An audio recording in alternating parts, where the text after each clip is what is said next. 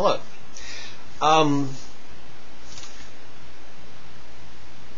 I found a really good book written by a very smart person, talk show host. I consider him a genius, and one of my favorite talk show hosts. Yeah. His name's Michael Savage, and this is his book, Trickle Up Poverty, stopping Obama's attack on our borders, economy, and security. And it's so good that I thought I would read it on tape, and maybe put it on YouTube and other places. It's kind of, I don't know. This is one of these books you want to read to yourself. But if you're lazy, I think you'll like to hear it. This is dedicated to all of the men who gave their lives that we may have the freedom to write and read as we please. That's, I guess you could say, the preface here.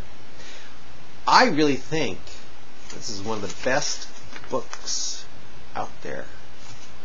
And again, it's so good, I'm going to read it. Author's note. Okay, this is what he said. Alright. President Obama is like a destructive child who takes apart a priceless watch that was carefully passed down to him. Without regard for the value of what he holds, he recklessly scatters the pieces on the floor and then can't put them back together again.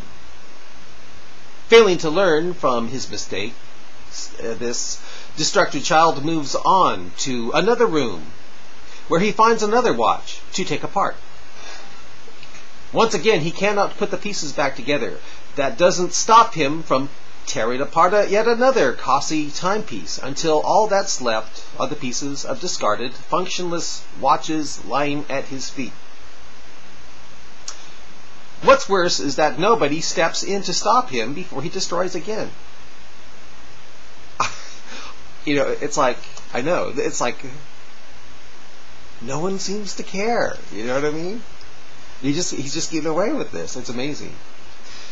Okay, Savage continues.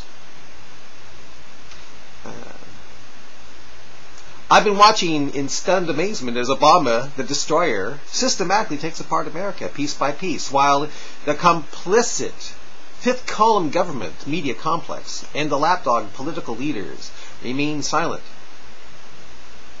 You know, he's not the only one. I'm one of them. I'm amazed. I'm amazed with him. Barack Hussein Obama is tearing down everything that was built before this man was ever born. Look no further than the fundamental requirement to preserve America's borders and national security. Despite the massive opposition to illegal immigration, and despite the new Arizona law, which mimics federal law, to stem the flood of lawbreakers in entering this country under the cover of darkness, on May 19th, 2010, Obama, the destroyer, made this astonishing statement to the President of Mexico, quote, "In the 20th century, we are defined not by our borders, but by our bonds." Did you see what this petty dictator has done? With those 15 words, the traitor-in-chief effectively erased our borders and compromised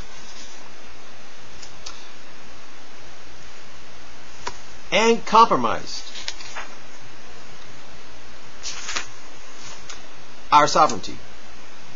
Didn't Obama take an oath to uphold our laws?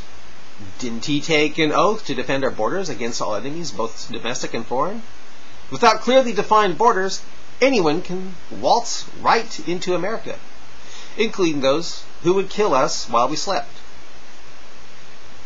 Without borders, there's no country. Wouldn't such a statement amount to an act of treason? What's more, there's talk in Washington, D.C. that Obama may use various executive actions to unilaterally grant mass amnesty to millions of illegal aliens if he can't get the Senate to pass a mass amnesty measure. But Obama, the destroyer, isn't satisfied. There's so much more to demolish and so little time to do it. He has taken apart the car industry, placing it under federal control. He has driven a knife into the heart of the best healthcare system in the world and replaced it with socialized medicine. He has discredited the honor of America by apologizing to the world for a country he hates. He has set his sights on dismantling the military and our national security by slashing the comprehensive missile defense system. He is trying to destroy our nuclear capability with a foolish treaty with the Russians just when Iran, North Korea, and China are working out overtime to build nuclear weapons. Obama, the space cadet, is grounding the superior NASA space program with all its technological advances and instead buying tickets to space on inferior Russian-made rockets. And he's turning NASA from a space agency to a reach out to Muslim thing, you know what I mean? And yet he's not a Muslim. That's what they say. Okay, he is tearing apart our financial security by saddling future generations with trillions of dollars in new debt, while at the same time allowing hedge fund short-selling raiders to ravish the market, as they are accused of doing on May 6, 2010. What more do you need to know about this enemy within? And yet there is more. And yet there is more. Mark my words, history will show that Obama, the destroyer-in-chief, is improvising the middle class. Is impoverishing the middle class with taxation, regulation, and a desecration of our cherished freedoms.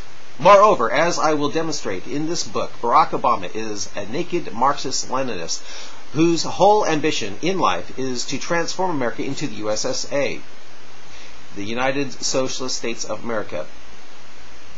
You might be thinking, come on, Michael. Yeah, you're way off on the mark here. Obama is just a regular guy with a wife, 2 kids, and a dog who wants to make things better for the poor. He's no socialist. He's just doing the best he can for the country.